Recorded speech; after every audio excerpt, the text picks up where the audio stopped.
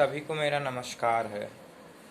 आज मैं अपने संवाद कार्यक्रम के जरिए आप सबसे दोबारा मुखातिब हुआ हूँ और आज का हमारा विषय है बंगाल में चुनाव प्रांत हो रही टीएमसी समर्थित राजनीतिक हिंसाएं। सबसे पहले तो मैं ममता बनर्जी को उनकी जीत पर बधाई देना चाहता हूं। उनकी पार्टी इतने भारी बहुमत से जीत करके सत्ता में तीसरी बार आ रही है। आज उन्होंने मुख्यमंत्री पद की शपथ भी ली, इसके लिए भी उन्हें बधाई। उम्मीद है वह उनका कार्यकाल सुफल और सफल रहेगा। परंतु जिस तरह चुनाव बाद राजनीतिक हिंसाएं हो रही है बंगाल में और ममता बनर्जी और उनकी पार्टी चुप है, वो दिखा रहा है कि वो इसका पुरजोर समर्थन करती थी कर रही हैं। और वो जो बार बार अपने रैलियों में कहती थी, अपनी सभाओं में कहती थी खेला हो बे, अब उसका मतलब समझ में आ रहा है कि वो अपने कार्यकर्ताओं को उकसाने का प्रयास करती थी और कहती थी कि हमारे कार्यकर्ताओं तैयार रहो चुनाव बाद। यहाँ तक उन्होंने अपनी एक सभा में भी कहा था कि केंद्रीय बल कितने दिन तक रहेंगे, हम उनके जाने के बाद हम देख लेंगे। और वो आज साफ साफ प्रतीत हो रहा है कि वो किस तरफ इशारा कर रही थी।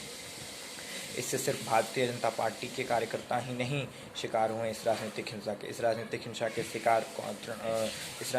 के शिकार वामपंथी दल के कार्यकर्ता भी हुए हैं और कांग्रेसी कार्यकर्ता भी हुए हैं, परंतु वो तो खुश हैं, उन्हें कोई दिक्कत नहीं। वो तो इस बात से खुश हैं, राहुल गांधी, शशि थरूर और लेफ्ट के लोगों को ममता की जीत में लोकतंत्र की जीत दिखाई दे रही है। क्योंकि उन्हें वो तो फिर सत्ता से बाहर हैं, उन्हें लग रहा है कि वो जीत, उन्हें लगता है वो भाजपा को बाहर कर लिए हैं, तो वो वही उनका असली जीत है। वो अपने कार्यकर्ताओं के मरने पे जो राष्ट्र नेतृत्व आंसू नहीं बहा सकता, जो उनके साथ खड़ा नहीं हो सकता, उस पार्टी का भविष्य हम सब जान सकते हैं कि वो क्या हो सकता है।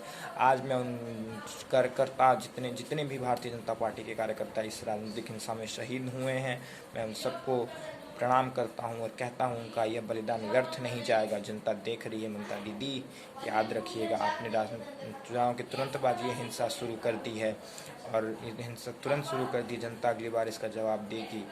जनता ने इस बार स्वीकार किया क्योंकि आपने बंगाल की बेटी चाहिए नारा दिया। बंगाल की लोगों ने बंगाल की बेटी समझकर, अपनी बेटी समझकर आपको अपना नेता चुना। आपको इतने पिछली भी बार की भारी बहुमत से आपको नेता बनाया और आपने उनके साथ ऐसा किया।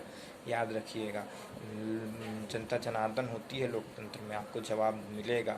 इस बार नहीं, अगली बार मिलेगा। परंतु याद रखिएगा, आप पक्ष के आवाज़ को दबाने का कोशिश कर रही हैं, वो नहीं होगा।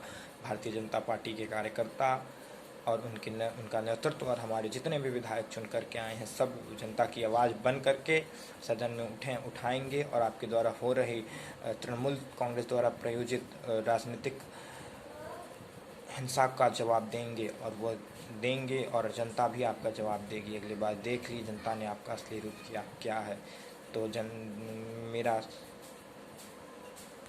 मेरा सुप्रीम कोर्ट और केंद्रीय गृह मंत्रालय से भी विशेष आग्रह है कि वो इस मामले का स्वतः संज्ञान लें और स्थिति को काबू में करने का प्रयास करें। धन्यवाद। जय हिंद।